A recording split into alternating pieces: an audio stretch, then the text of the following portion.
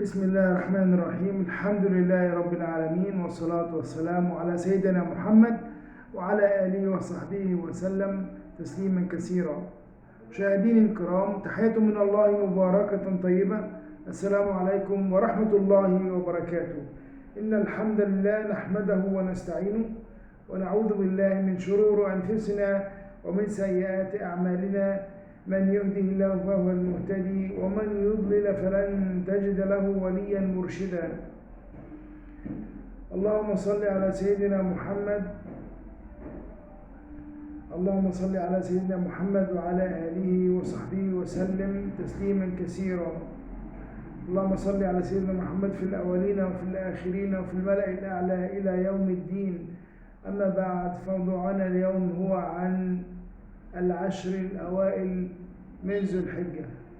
قال رسول الله صلى الله عليه وسلم: ما من أيام العمل الصالح فيها أحب إلى الله من هذه الأيام. قال الصحابة: ولا الجهاد في سبيل الله يا رسول الله؟ قال: ولا الجهاد في سبيل الله إلا رجلا خرج من بيته مجاهدا في سبيل الله بنفسه وماله فلم يرجع من ذلك بشيء. صدق رسول الله صلى الله عليه وسلم. يستحب في هذه الأعمال الصيام والصدقة وقراءة القرآن والإحسان إلى الأقارب. طيب، هل يفرض على الإنسان الصيام؟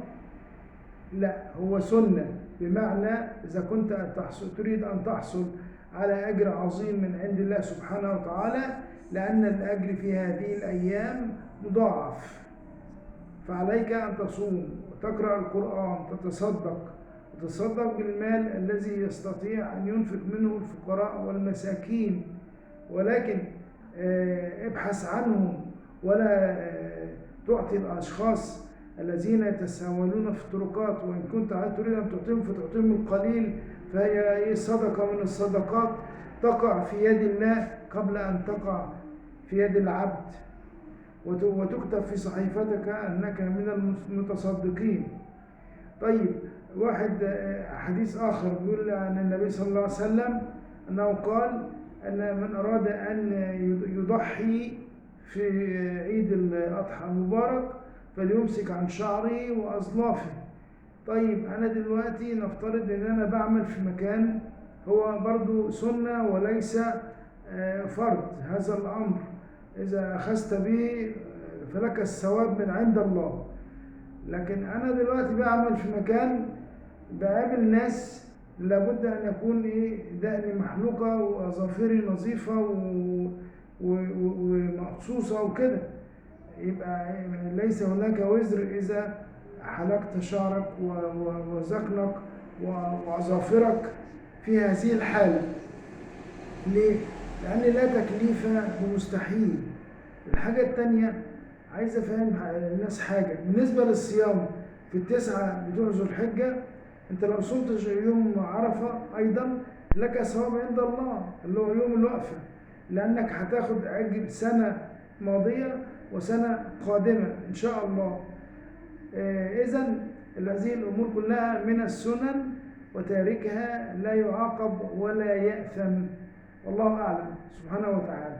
المسألة الأخيرة بالنسبة للصيام، هتيجي مثلا في الصيام ده في هذا الجو الحار ثوابه كبير، لكن هتيجي مثلا عند الأولاد وزوجتك وبتاع، طب احنا صايمين عايزين ناكله أكل كويس. طب الأكل كويس ده فيه مشقة على الراجل اللي هو صاحب البيت، وكلنا ظروفنا يعني يعلمها الله سبحانه وتعالى. طيب، في الحالة دي تفطروا بقى أي حاجة، مش لازم كل يوم الحاجات العالية اللي هي بتقل على رب الأسرة، وكلنا ظروفنا يعني حالة متوسطة وأقل من المتوسطة.